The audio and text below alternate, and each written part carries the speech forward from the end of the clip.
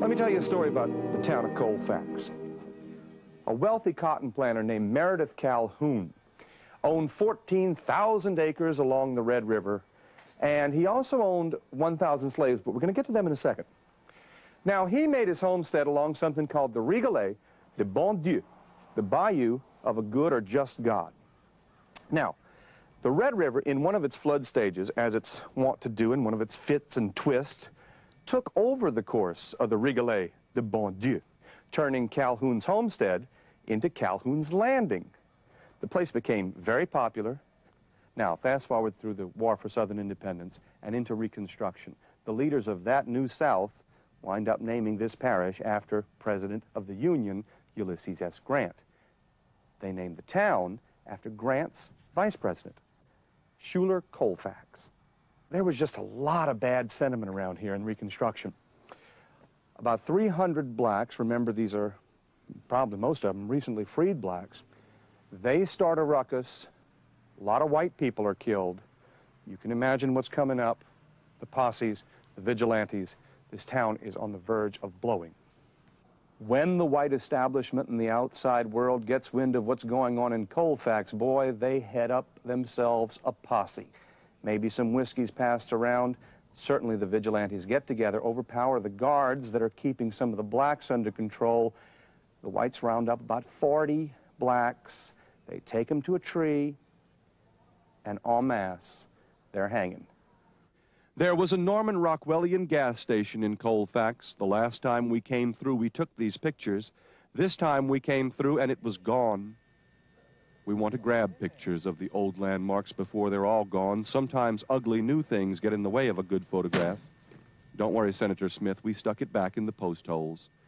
Look at this old hotel. It's a shame only to bemoan the outcast state of the landmarks we take for granted.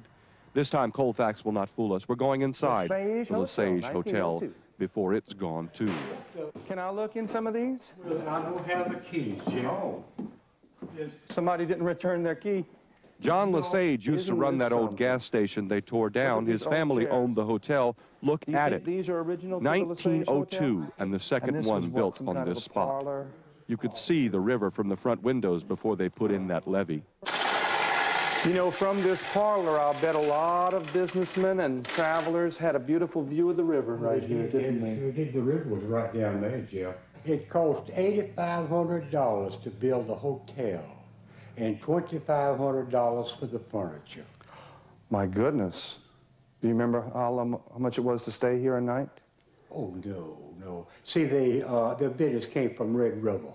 Yeah. You know, the steamboats. And the businessmen, and the traders, and when they had court judges came up and stayed maybe for a month, you know, and then went back to Ellick or New Orleans, where the Baton Rouge, where they came from. This was once a prosperous town.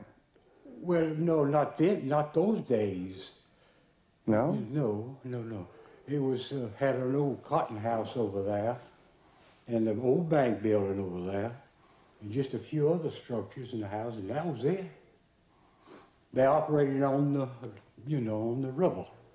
And then when the railroad came through, well, that knocked it. And then when the highway came through, I think about 1910 or 12, and then that really finished it. John Lesage has a sad take on it all. He says he recognizes he won't be here much longer to take care of the hotel he now lives in. Well, let's see. He told me he's the last guest of the Lesage. Thank you, Mr. Lesage, for talking with us. Come and sit by my